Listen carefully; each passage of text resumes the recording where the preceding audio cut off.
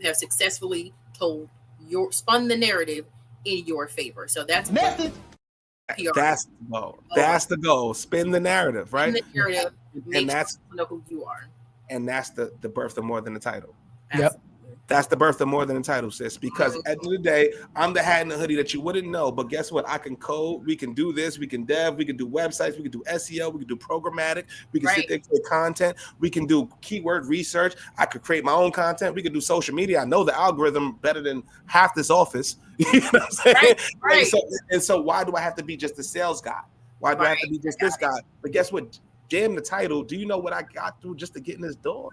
Right, exactly. And someone gone through so many there, and that's why I was so interested in people's just personal story. That was the beauty in being a journalist, is you get to kind of live for a few moments in someone else's world, and that's where the ego disappears. Honestly, you get to understand. You might have walked in the door with a bias and thought a thing about a person, and once you learn their story, they tell you their struggles. The only thing that you see is a human being who is just trying to survive, or someone who's overcome something. And you really, honestly, you get to learn more about your own biases, about the narratives you spin about other people too. That's so real. That's so real. And people think it's fluff. Like when you say be authentic, because it is a fluffy term, right? It's very subjective depending on who you are, right? Like we just had a call today, like real talk, and I'll say it like, being authentic is the best thing you could be, right? We've had 2 interviews so far in this year. We went to Owning Manhattan. We went to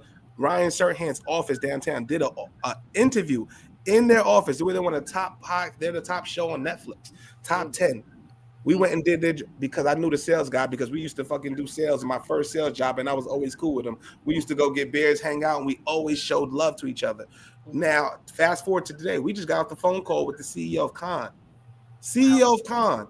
When I was working at Cannes and Essential, he was the dude that was just kind of similar to my role, working with the client directors and stuff like that. But it could have been one thing. It could have been one bad thing. I'd have been like, F you, this and the third, da-da-da. I could have not. A couple of times I hit him with a good morning, bro. What's going on? Let's get this money. Yeah. And you don't know where people are going to be. Right, exactly. Treat people how you want to be treated. Be your authentic self. You never know where that shit going to come around and really help you. That's the best advice I can give to anybody in corporate. Yep, building those relationships is paramount in any sort, and having a good attitude. People don't want to be around you if you're negative. I hate this, whatever. You know, have a good attitude.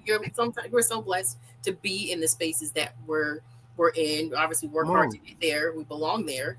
And then, you connect with other people. Of course, you're going to encounter some personalities that may be a little prickly. But even with those people, sometimes they're human beings too. You don't know what they're going through. You don't know what their life is like. And sometimes you give people grace, just like you would want grace for yourself. You just connect to people as people. That's what I think, a lot of wires get crossed, a lot of opportunities get missed, and how people really, they don't develop. You can learn something. Yeah.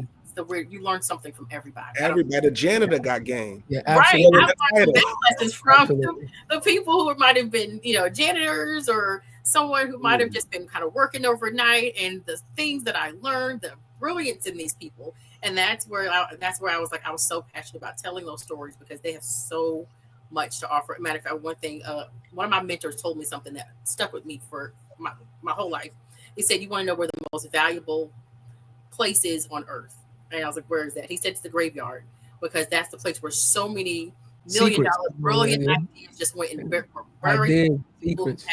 And that method. So I want to lighten it up a little bit, because we talking shop, we talking career. So Doris, you're a journalist. And we say, don't take your work home with you. Hold on, I got correct. She's not a journalist no more. She is CMO. No, not a journalist. CMO. My apologies. But you have a long journalistic background, right? So the reason I asked that, so like, say if you like meet a guy and a guy's interested, right? Do you do like a background piece on him? Do you like check up on him and all? Like, listen, I need a State Street background on this guy. I'm investing. You go back to your investigative days, like, okay, before we date, just give me about 24 hours, think about it. Do you do like background checks on both? Yes, I do. First of all, for any ladies listening, you can check you can get his name, where he's lived, and you can check any court system to see if he's got outstanding any court cases, if there's been honestly, or I have investigators. You actually do it? Yeah, why not? I ain't mad at Hated it. 3 tickets I ain't paid off. It's an easy pass. I don't know. Oh my God, Doris. Yeah, Doris is running public information. Yeah, let me see what his credit score is. Let me see if he paid that Macy's card back. In 2008, I got some Dockers on layaway. And look, and if I can't find it, I know somebody who's got. Oh no! If I can't find it, and look, we don't need to be the news. Look, I'll say this: we don't need to be the news to do that. Women are like that. We were born with that skill. That's just kind of something. Yeah, I know, but like, it's funny because when you develop a skill set, like I said, it's just hard to turn it off. You know what I mean? So that's why I was like, let me ask her that. Like, now it's not that part; it's the question part that get people in trouble because when you said you're inquisitive, and you said you're inquisitive. And I have a way of asking questions. I get the answer that I want without them knowing I'm asking. To get certain answers is kind of, it's a method. That's how what journalists do. We want you to get comfortable so we get information, but I do that. If I'm doing that to people, like, I'll cut it off. Stop doing that because I'm asking 30,000 questions. And they're like, okay, this is not an interview, stop it. So I have to turn that off sometimes. We had guests that come on the show that be like, I got a checklist. So, like, seriously, like I write out a checklist. Like, listen, okay, let's just go over this before we even get started.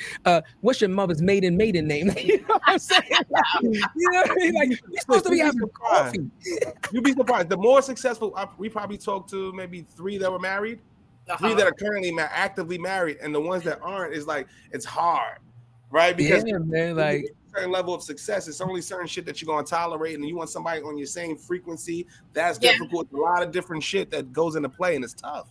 And we promote the Black family, like we wanted to make it work. Let's make this shit happen, but it's really a lot of successful women who either do what I do or hire. Some of my mentors as well were either divorced or went through lots of problems because we are honestly married to our careers. That happens where there it is.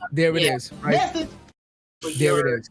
Working, I was married before too. When I worked a lot of hours. I was working 2 jobs, and I was like 9 to 12, and then 3 to midnight. So it's really hard. It's very difficult to do that when you're. And then if something happens, you literally have to drop your whole life when you're in television news.